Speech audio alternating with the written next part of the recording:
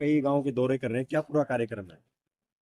आज भिवानी महेंद्रगढ़ लोकसभा में जिम्मेवारी पार्टी द्वारा लगाई गई है और उसके अंतराल पार्टी के प्रचार को हर घर तक पहुंचाने के लिए साथियों के साथ मिलकर काम किया जा रहा है। और मैं मानता हूं कि भिवानी महेंद्रगढ़ की सीट को प्राथमिक तौर पर जननायक जनता पार्टी जीतने का काम करे। सर, भिवानी महेंद्रगढ़ से प्रत्याशी की घोषणा हो गई है, बाकी सीटों पर कब तक घोषणा हो पाएगी? मैं मानता हूं कि नवरात्रों के अंदर पार्टी बचे कैंडिडेट्स की भी घोषणा करे। हिसार से कौन कैंडिडेट रहने वाला है सर? रुक जाओ नवरात्रों तक। सर, प्रदेश के कई इलाकों में ओलावृष्टि हुई है, फसल खराब हुई, किसानों की किस तरह की क्या जहां पिछली ओलावृष्टि जो 1 और 2 तारीख को हुई थी उसकी तो गिरदावरी उस समय की सरकार ने करवा दी थी।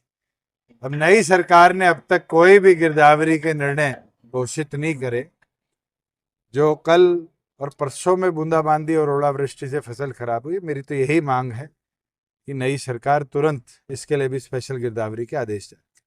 चौधरी बीरेंद्र सिंह ने बीजेपी छोड़ी है और साथ ही वो आपके जो गठबंधन थे उस पर भी सवाल करते थे, तो किस 1 साल वीरेंद्र सिंह जी अपनी फ्रस्ट्रेशन दिखाते रहे, गठबंधन तोड़ो तोड़ो तोड़ो, और गठबंधन टूटने से पहले वो पार्टी छोड़ के भाग गए। और बीजेपी आज बेटे को तो ज्वाइन करा दी, खुद तो अब तक बीजेपी के प्राथमिक सदस्य हैं।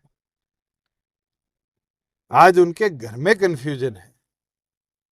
मुझे ये बोलने की जरूरत नहीं, जो वो मेरे लिए तलक टिप्पणी करते हैं, मैं मानता हूं उनकी घबराहट है।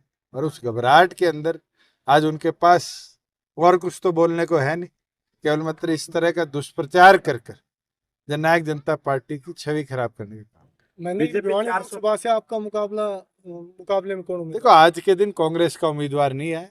मैं मानता हूं जब तक सारी पार्टियां उम्मीदवार नहीं घोषित करेगी, मुकाबला घोषित नहीं हो। बीजेपी मगर आज के दिन जो जोश और उत्साह आपने भी देखा गांव में, मेरा ये मानना है कि हम इस सीट को लाखों के अंतर से। बीजेपी 400 पार का नारा दे रही, बल्कि 10 में से जो 6 कैंडिडेट है कांग्रेस बैकग्राउंड से संबंध रखते देखो, भारतीय जनता पार्टी के 400 पार नारे पर एक चीज ऐतिहासिक याद दिलाऊं कि स्वर्गीय इंदिरा गांधी जी कहा करती थी कि Indira is India, India is Indira. Congress का नाम लुप्त हो गया, आज के दिन बीजेपी का भी नाम लुप्त हो चुका। और ऐसे ऐसे प्रत्याशी जो बीजेपी की विचारधारा से जुड़े नहीं रहे, उनको जब उम्मीदवारी दे दी, ये दिखता है कि बीजेपी का कैडर दिन प्रतिदिन कमजोर हो।